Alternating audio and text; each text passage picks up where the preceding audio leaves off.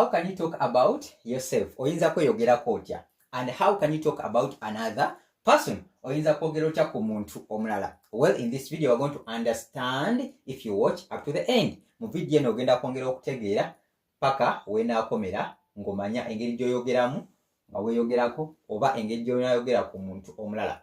Okay, let's start.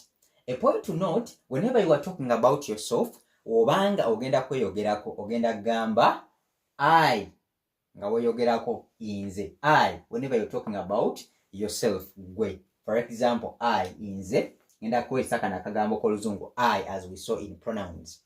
I, whenever you're talking about yourself, nga weeyogerako ogenda gamba I, and other words, inze. So I mu Luganda tugamba inze. Can you repeat that? I, inze. Good. And whenever you're talking about another person, you're going to say you. For example, you are the person watching. You, I'm talking to you. So ngenda kukozesa you nga njogera ku muntu omulala atali nze. You. In Luganda tugamba gwe. So gwe, I'm talking about you. Njogera ku gwe. You are the second person in this case. So whenever I want to talk about myself, I'm going to say I, inze. Wembanga njogera ku gwe, like you, I'm going to say you, gwe. Okay, let's start with I. For instance, I am 4 years old. An example, I am 4 years old. Neyogerako nina emyaka enangenda gamba I am 4 years old. And in Luganda we're going to say inze nina emyaka, yes, emyaka ena. Once again, inze nina emyaka ena. Or some people can say nina emyaka ena, already represented with double N. Nina emyaka ena. I am 4 years old. So you can also say, I am tired. I'm talking about myself being exhausted. I am tired. Inze nkoye. Are we together? I am tired. Inze nkoye. Or nkoye. I am tired. Inze nkoye. Or nkoye. Are we together? Good. I will do it. I will do it. Express your possibility of doing something. I will do it. This is future tense.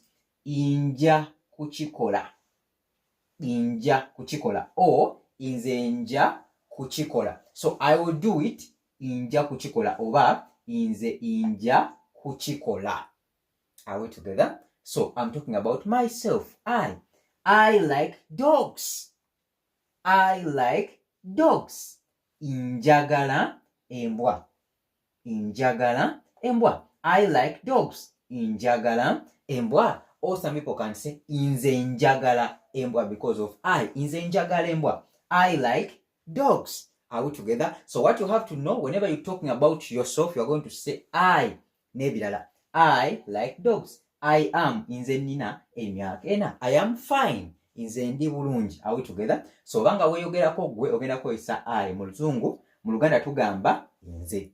What if I want to talk about you? You are the second person atali nze. Omulala, you. So I'm going to say you are. A point to note, here we say you are. We don't say you is. No. We say you are 4 years old. You are 4 years old. You are 4 years old. In Luganda, gwe olina emyaka ena. Gwe olina emyaka ena. You are 4 years old. Gwe olina emyaka ena. You are tired. I'm talking about you. You are tired. I'm seeing you are exhausted. So I say you are tired. Once again, you are tired. Gwe okoye. Gwe okoye. Take some rest. You are tired. Take some rest. Gwe okoye wumulamu. Oba I can say okoye wumulamu. I'm referring to you, the second person. Okoye wumulamu. You are tired.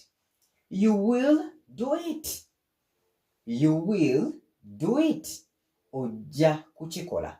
You will do it. Ojja kuchikola. You will learn English. Ojja kuyiga Oluzungu. So you will do it. Ojja kuchikola.